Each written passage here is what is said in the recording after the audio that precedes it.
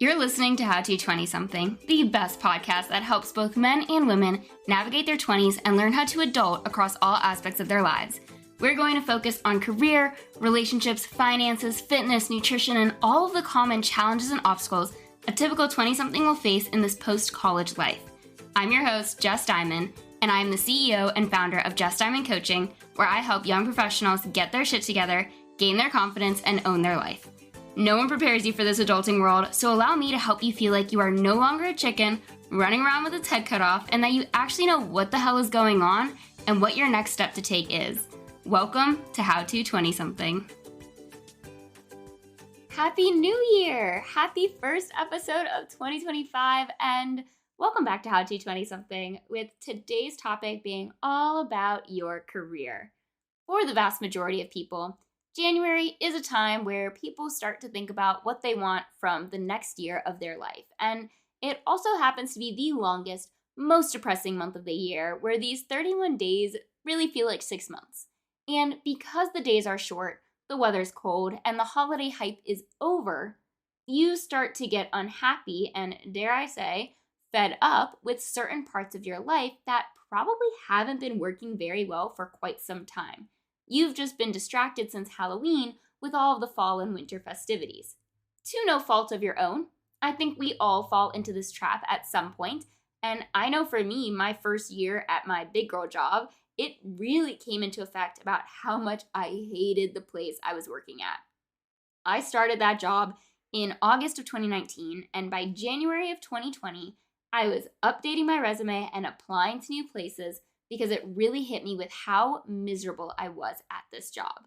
Basically, I lasted 4 months before I was like, yeah, no, I don't like it here. It was a satellite office where I was the only employee aside from a part-time retired man named Nick who was overly happy. And if you've ever met someone who lives in Celebration, Florida, which is Disney's town, then you know what I mean.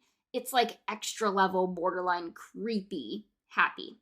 But anyways, this job was also doing work I had no interest in, retail design. And if anyone knows me, they know that I am not a shop till you drop kind of girl. I save my annual mall trip for Black Friday, and then I call it a day and don't return until the next year. So yeah, I was desperate for my first job out of school that I was willing to take anything that was going to give me a chance. And by January, I was ready for a new job to give me a better chance. Mind you, I had no idea what I was doing, how applying for jobs really worked, or that a global pandemic was going to interrupt this job search just a few weeks later. I didn't know what I wanted for my career, how to appropriately job hunt, literally nothing. Just that I needed to get out of where I was currently working, but also knew I was trapped to the city I didn't even want to be in, Orlando, Florida. I say trapped because I was in the middle of a lease and I had bought all new furniture and didn't really know where else to go, nor did I have the funds to pick up all of my belongings and move somewhere else. This is also no hate if you do happen to live in Orlando. I just never wanted to, and I also think to some extent I knew that the job I accepted would determine a lot of other factors in my life, but like I said, I was desperate for the first place to give me a chance, and that came in the form of this less than ideal job for me. But because I felt stuck, I didn't really know what else to do besides ride it out and hope it got better while also applying to other jobs in the surrounding areas. You see, my clients come to me for help around the decisions or potential changes they want to make in regards to their career, and usually how that decision will affect some other part of their life. It's always, Jess, I need help with my career and X, whether that be relationships, boundaries, time management, habits, health, you name it.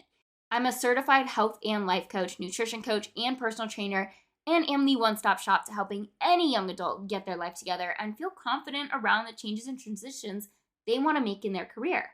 And those transitions can be from one job to another, if you're feeling dissatisfied at your current place of employment. It could be from one industry to another. And it could even be leaving the corporate world altogether to go do your own thing. I personally experienced all of these different moves by my 25th birthday, and I created a system to help other 20-somethings do the same in their respective lives without losing their marbles in the process. So today's episode is to help you with your relationship to your career, how it influences your entire life in your 20s, why you shouldn't feel bad about job hopping, and overall, as the title would suggest, developing a better understanding as to where your career is going. And if, as you're listening to this episode, you're thinking, but how do I know now is the time to leave my current job? Then please head to the show notes and download my newest favorite resource, 3 Signs It's Time to Change Jobs and How to Start Making Moves. All you have to do is click the link, put in your name and email, and check your inbox for a PDF. But let's start with your relationship to your career and why it's so important to make any risky move now while you're young, rather than try to stick it out and hope it gets better. I mean, seriously, think about it.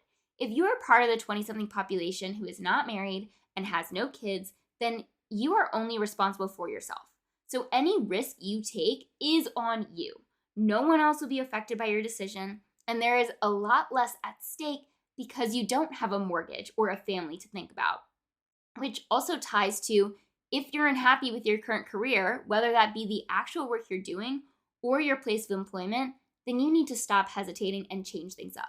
Again, because you are only responsible for you, it also means that you are the only one responsible for your own happiness. Besides, and this is something I constantly have to remind my clients of, because you're in your 20s, time is on your side. You have time to mess up, to change paths, to start over. So why not try something different right now if you don't currently like what's happening in your career?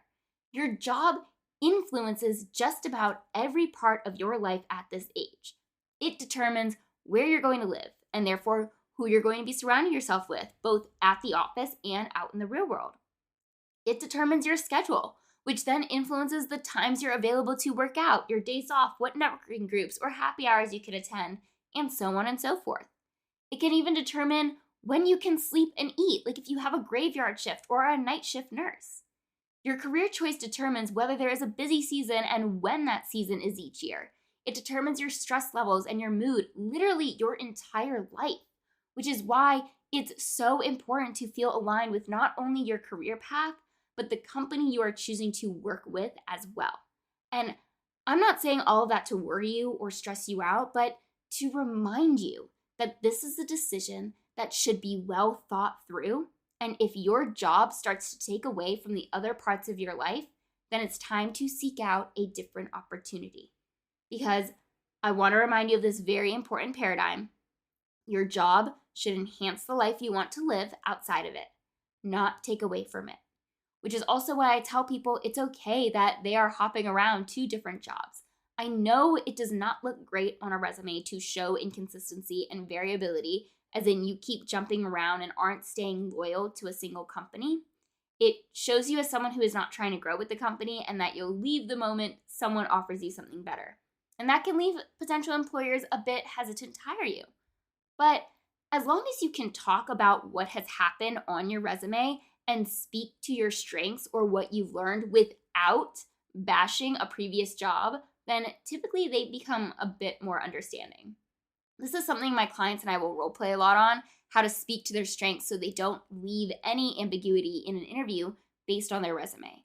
And maybe you're thinking, but how would I even get to the interview if the employer doesn't like my resume? As in, why would this potential future employer even give me a chance? To which I would respond with, 85% of job acceptances come from knowing someone. So yeah, applying through Indeed and sending your resume into the internet void is most likely not going to get you an interview, since AI is going to filter you out before human eyes even have the chance to say yes or no. You have to go through your network, as the world is very much who you know to even get the part of what you can do. But I actually think it's good for you to hop around in your 20s. You need to experience different company cultures, different styles of management, or whether something is completely remote versus hybrid versus in office, even different types of work, so that by the time you're in your 30s, you do know what you're doing with your career and you're setting yourself up for career and financial stability in the long run. Now, I'm not saying you have to job hop or it's necessary to get a feel for different places. It's more so to help you feel better about your resume if you do have a bit of a choppy one. Whether you've hopped around by choice or not, I personally think it's absolutely ridiculous to pick a career path when you're 18, when you have no idea what jobs are out there, what you have an interest in, and what you want to spend a majority of your time doing and thinking. Yes, some people get lucky, and they do know exactly what they want to do with their life and continue to stay on that path. But for the vast majority of people, that just doesn't happen. A Federal Reserve Bank of New York paper found that 27% of college graduates work in a job directly related to their college major. 27%, meaning 73% are not. And I believe that is due to cities having wider opportunities that encompass a broader range of degrees, as well as 18-year-olds picking a fucking career and are expected to stick with it. But also on the topic of job hopping, the working world climate has changed a lot since 2020. We were expected to adapt to a new norm when everyone was working from home. And now that we're a few years out, companies keep changing their work from home policies and expect everyone to return back to the old norm. And a lot of people are not willing to do that because we've learned more about work-life balance and how much time we get back in our day by being able to work from home for at least half of the week. But because policies continue to change, employers are much more understanding of a choppy resume as long as you can communicate and confidently talk about your path. But the pandemic changed a lot of companies, so it makes sense that you're still jumping around trying to figure out what aligns with you the best. I talk to people who say they have to be in office and that office culture is a deal breaker. And then other conversations where people want to be completely remote and that's their deal breaker.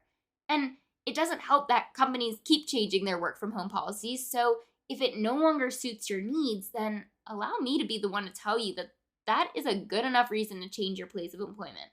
And to know that going from one job to the next or one industry to the next within less than a year time frame is not going to kill your chances at getting hired by somewhere else.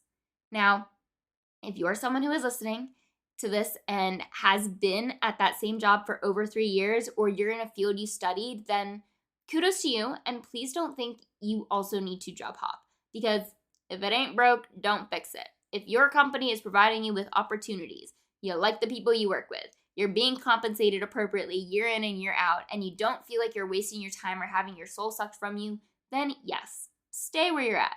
At the end of the day, everyone is going to have drastically different career paths. It doesn't mean someone is doing something wrong and someone else is doing their job right. It just means it's okay to be different and to not feel bad about wanting something else from your career. But when it comes down to where your career is going, I actually don't want you to think about the next 35 to 40 years of your life. That is way too far out in advance, and we don't even know what the state of our country or the world will be in or what life experiences are going to occur along the way, and literally every other detail that can and probably will change your career path. So instead of overshooting your entire career path until the day you retire, I want you to think about your career right now, in this moment, and the general direction you are planning on taking it, knowing that you always have the decision to change your mind. For example, do you want to work your way up the corporate ladder, and does your current company allow for that? I have a client who just left her job, and part of the reason for that is because there were no growth opportunities.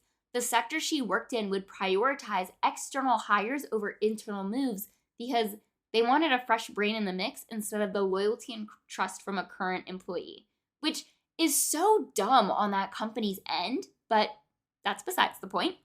How it affected my client was that it made it very difficult to move around and move up in the company. So she knew that in this moment of her life, her current place of employment is not going to provide her with the opportunities she's after, so she's changing her path. Maybe you're someone listening who is working until you're married, and then you plan on being a stay-at-home wife and later mother, or a stay-at-home husband and later father. I've had conversations with clients where they tell me they just don't want to be miserable in their job right now, but they know they plan on leaving it completely within 5 years or so. Maybe you're someone who is in your career right now to be able to get out of the corporate life and do your own thing. That's what I did for myself, and that's also a conversation I have with some of my clients, to which your job should not be interfering stress-wise with your business endeavors outside of it. For me, I accepted my second job out of school with the mission to eventually get out. It didn't create a lot of stress in my life. The hours were pretty consistent. The work I was doing was mundane. The people I worked with were nice and amazing. And so I was able to stay there until my lease was up, save up as much money as I could, and make that transition to my own business. In 2020, I knew my career path was going in the direction to help me leave. And at the time, it was to be a personal trainer.